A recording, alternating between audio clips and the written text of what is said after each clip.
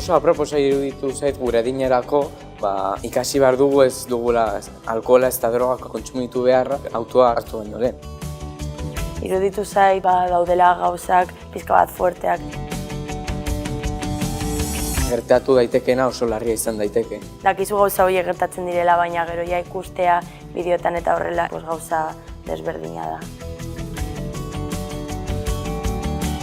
Inpaktatu bezala egin dit bat horri denean neska kontatzera bere istorioa nola izan zuen bere istripua 4 urte zituenean.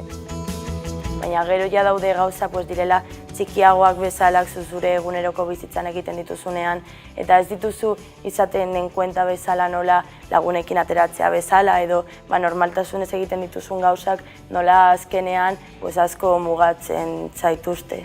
Eta hori, etapa bakoitzak badu berea, gero lagunak jasi ziren mutilagunekin eta niri mutilek ez zidaten ez da begiratu ere egiten ez da gire nahi dut, ez nik zergatik ez dut.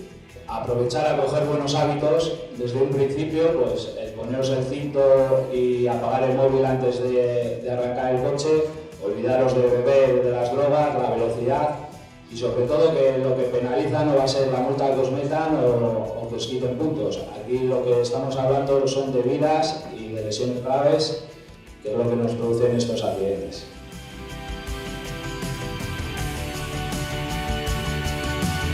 Neri gustatu izan zaidan gauza bat, galdetu duenean zer pentsatuko dute zuen gurasoek deia jasotzen dutenean. Nik badakit zer sentitu da nik aita naizelako, baina haiek ere sentitzen dute.